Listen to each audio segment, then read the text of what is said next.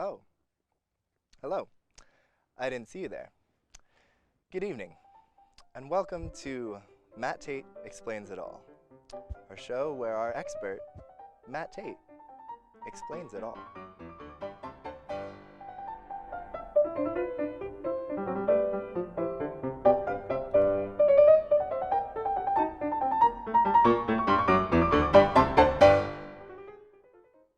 Hello and welcome to Matt Tait Explains It All. Today on the show we have our expert, Matt Tait, who's going to explain it all. But first, Matt, as our expert, what are some of your qualifications, some of your areas of expertise that we can gain explanation from? Well, I personally draw from a large cauldron of information. I've studied abroad. I graduated from DeVry University. You might have heard of it. I've heard of DeVar. I haven't heard of DeVry. DeVry, they're their like lesser-known cousin, so I understand. They're sister universities, but I see. DeVry is a little more top-notch, if you know what I mean. I have no idea, but please continue. I worked as a ranch hand for a long time. Little bit of aerospace here and there, kind of a jack of all trades. Okay. Good. Well, that leads right into our first question. Speaking of aerospace, basically just the air part. I'd like to know. I heard from a friend of mine that when you see a jet in the air, there's the white stuff behind it from it flying and everything. I heard that was something unsavory. Can you tell me what that is and if it's bad or not? I believe the thing you're referring to is a contrail, or as your friend might have improperly described it, a chemtrail. That's exactly what he said. And I would love to explain those to you. All right, are you ready? Please, Do you know go how ahead. a jet works? Well, let's assume for the sake of time, Sure. so we can move the show along. Yes, I know how a jet works. So a jet works by lifting off. Here's a jet. Oh, just wait. It's going to be a great one. Okay. And it's got these two engines right here, or more, depending on what kind of jet you have, right? And so here's a jet, and it's flying, and there's exhaust coming out the back of this jet, right? Much like your car does when you're driving along. You see those large trucks, and they accelerate far too quickly for the combustion system of their engine because it's far too large to contain that. But that's another explanation.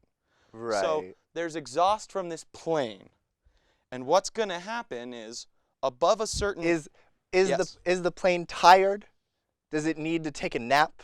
The plane, Did it not sleep very well last night? Why is it exhausted? So the plane is exhausted because it's so tired from all the combustion it's been doing. So it starts out, I'm feeling good on a plane. You know, it's on a runway, right? Down here, landing strip. And then it takes off, and as it gets higher, it gets harder and harder to work because there's less and less air density. Do you know what air density is?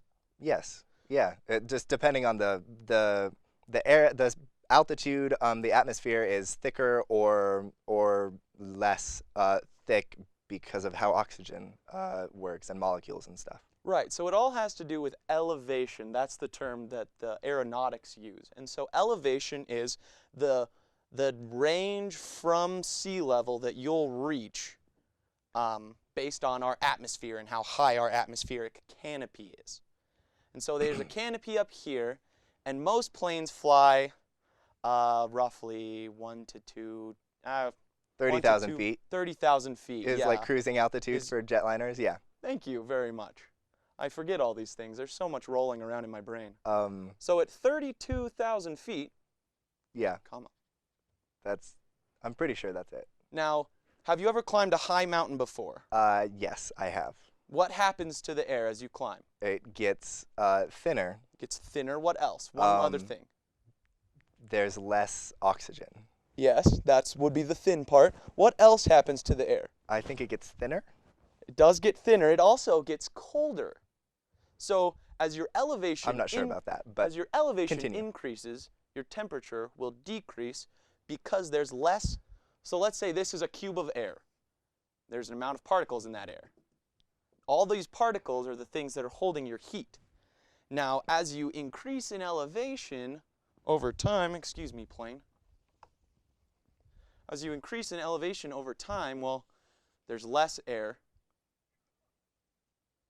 And so there's less heat that can be absorbed by the air. And so you develop a colder temperature. Now, at these cold, cold temperatures, all the things up here that are still up here, let's say water molecules, right? Everyone knows there's water in the atmosphere, yeah? H2O. Okay. Sure. So there's all these water molecules in the air. Water molecules, air cubes. Air cubes, There's yeah, all exactly. kinds of things and in so the air. you see water molecules in the air right here, right? Clouds. Sure. But those are precipitated out. That's the word that the meteorologists use, is precipitate. And so this water is no longer suspended in your air cube, and so it comes out and becomes a cloud. But I'm not explaining how clouds work. I just want you to develop that kind of I think you just thought did, process. but no problem. All right? You keep going. So above a certain elevation, there's water that's too cold, but it can't freeze because there's not enough air. That was a lot. Now, how an engine works is like this. Here's the cone. Here's a shaft that holds all your good components. Then there's a series of blades here. And then there's a compressor, which is actually another series of blades. There's a combustor, which is where your ignition happens, and that's a contiguous chain, but they're rotating in reverse order. I'll explain more about all these parts in a moment. And then you have a cone, and then you have your nozzle. Like that. The nozzle doesn't really look like that. All right. So now air is going this way into your engine, right? And so you're traveling this way, and your exhaust's coming out here. How do you tell the air to go into the engine? What if the air doesn't want to go in the engine? So the air is forced into the engine by these first fans. So these first two fans here draw air into the engine. Okay. Does that make sense? And so it's going to pull this strand of air through the whole compartment, and then it's going to pull this strand of air along the edges. Okay. So now there's two air streams, and there'll actually be three air streams because it'll pull one along this outside edge as well. Okay. Where's the part where it turns the air into chemtrails? Where does it turn the air into chemtrails? Here is where it turns the air into chemtrails. And what that actually is, how it works, is when you combust something, you get exhaust, which we already talked about. The plane's very tired, right? And so all these little exhaust particles come out the back, right? Does that make sense? So chemtrails are real, is what you're telling me? So what I'm telling you are contrails are real. Now a chemtrail, we'll get into that in a moment after I explain what a contrail is. So this little particle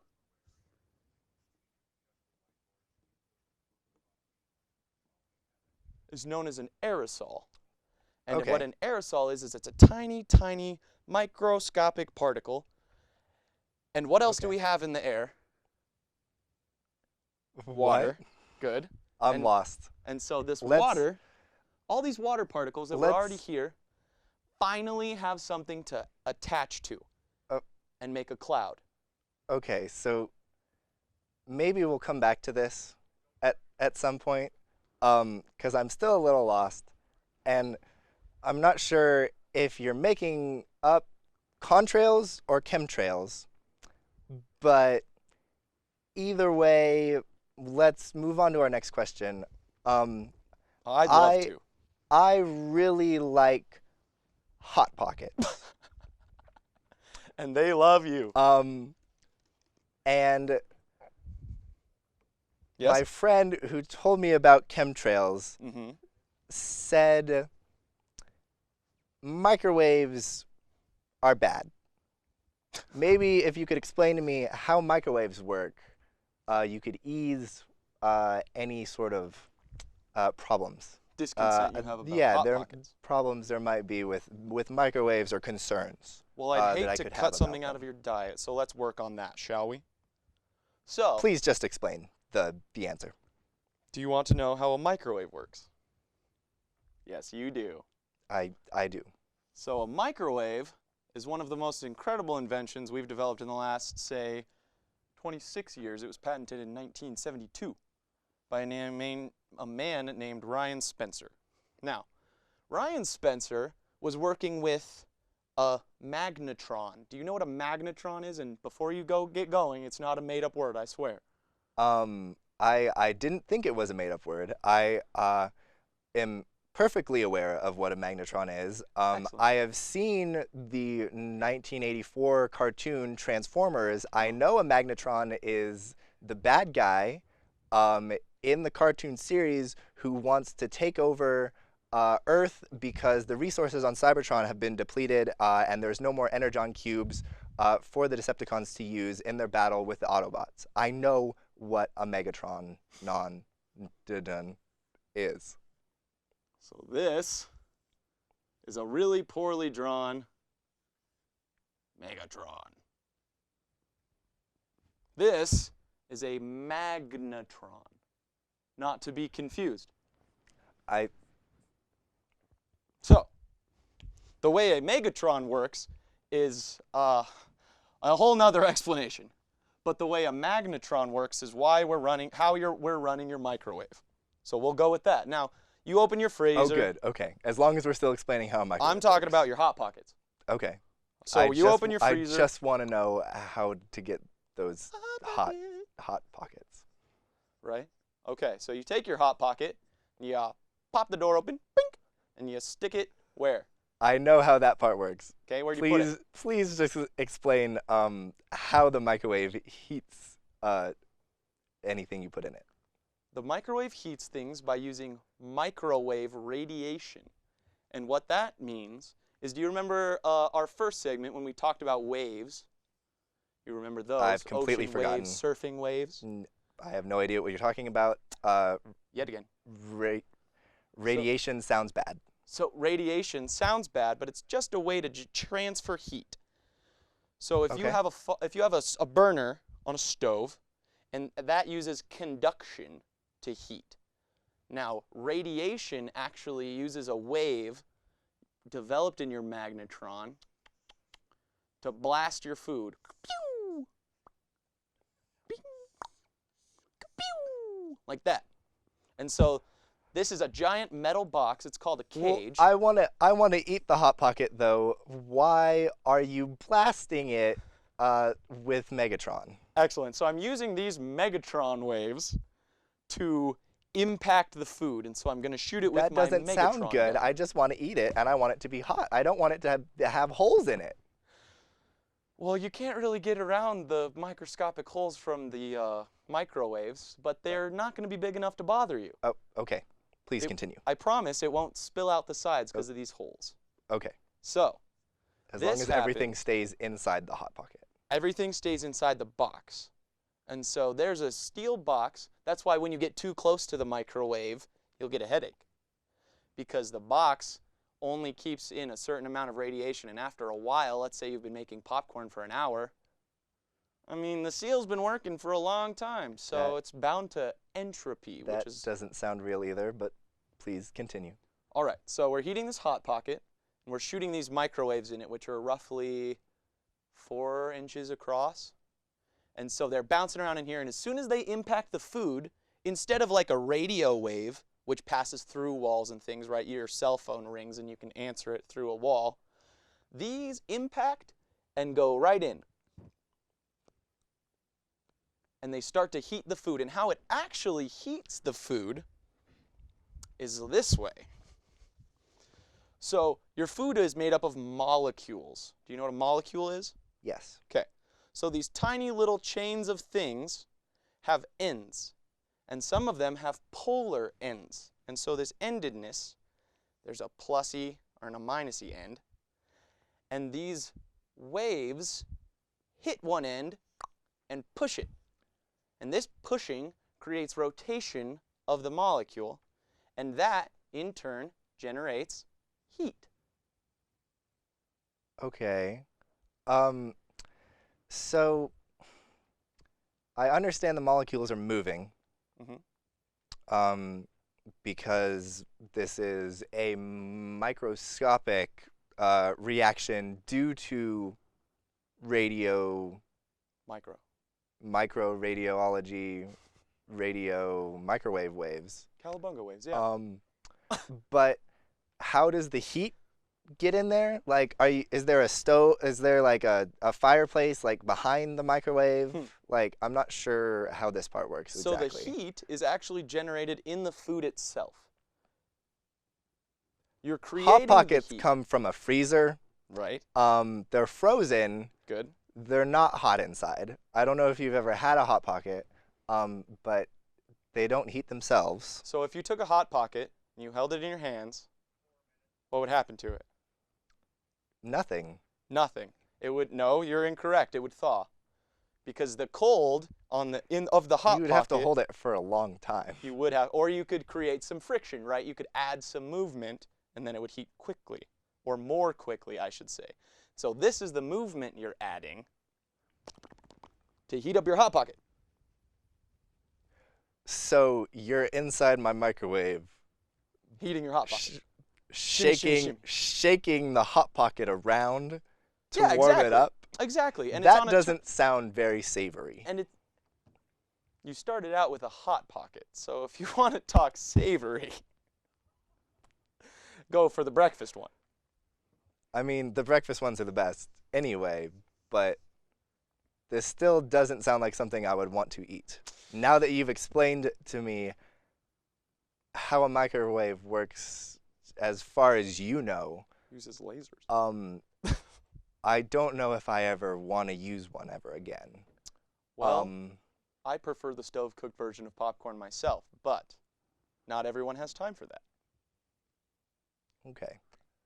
So, one last brief question today. I